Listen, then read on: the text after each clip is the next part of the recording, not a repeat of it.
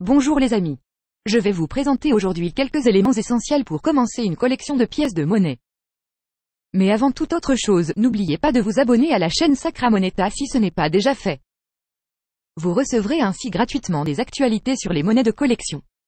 Vous pouvez aussi cliquer sur le pouce j'aime sous la vidéo. Il est très facile de commencer une collection de pièces de monnaie. Pour cela il suffit d'ouvrir son porte-monnaie et de trier les pièces.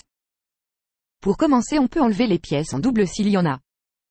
Lors de ce premier tri il faut être très attentif à toutes les images et à toutes les inscriptions présentes sur les deux faces des pièces. Pour que deux pièces soient considérées comme des doubles, il faut qu'elles soient rigoureusement identiques. En cas de pièces présentes en double, on prendra soin de ne garder que les exemplaires des monnaies les plus belles, les plus propres, les moins abîmées. Dans une collection, évidemment la qualité des pièces compte. Passé ce premier tri, on se trouve déjà en présence d'une petite accumulation de pièces toutes différentes qui peuvent constituer l'amorce d'une collection. Mais une collection n'est pas une simple accumulation aléatoire de monnaie. Il s'agit du regroupement intentionnel et de l'organisation des pièces selon un but précis. Par exemple, on peut vouloir posséder un exemplaire de toutes les pièces françaises en euros. Il s'agit d'un thème de collection classique. Les collectionneurs du monde entier cherchent généralement à créer des collections de monnaie provenant de leur propre pays. Mais ce n'est évidemment pas la seule possibilité. On peut collectionner les monnaies modernes, mais aussi les monnaies anciennes.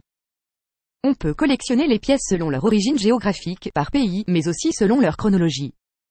On peut encore rassembler les pièces selon leur valeur faciale, selon les images qu'elles représentent, selon leur métal, selon la civilisation qui les a produites.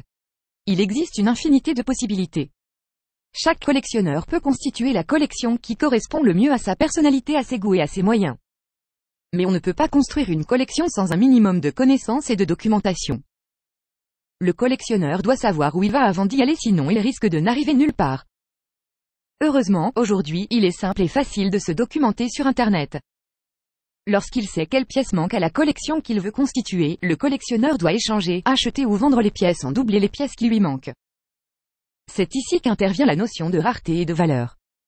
Généralement on trouvera rapidement et sans trop de difficultés les exemplaires les moins rares d'une série.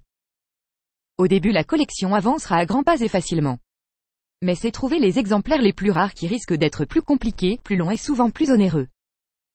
Compléter la collection est donc une question de temps pour trouver les pièces manquantes, mais aussi de moyens, il faut pouvoir acheter les pièces rares. À propos de la rareté des pièces, on peut dire qu'elle découle à la fois des particularités des pièces, seuls quelques exemplaires ont été fabriqués par exemple, mais aussi de l'offre et de la demande. Une pièce peut être rare mais n'intéresser aucun collectionneur pendant longtemps.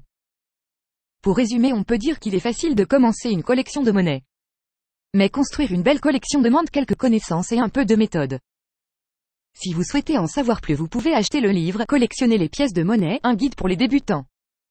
Pour cela, cliquez sur les liens sous la vidéo. Si cette vidéo vous a plu, n'oubliez pas de cliquer sur le pouce j'aime sous la vidéo. Vous pouvez bien entendu laisser vos questions, remarques ou commentaires dans le fil de discussion sous la vidéo. Merci pour votre attention et à bientôt.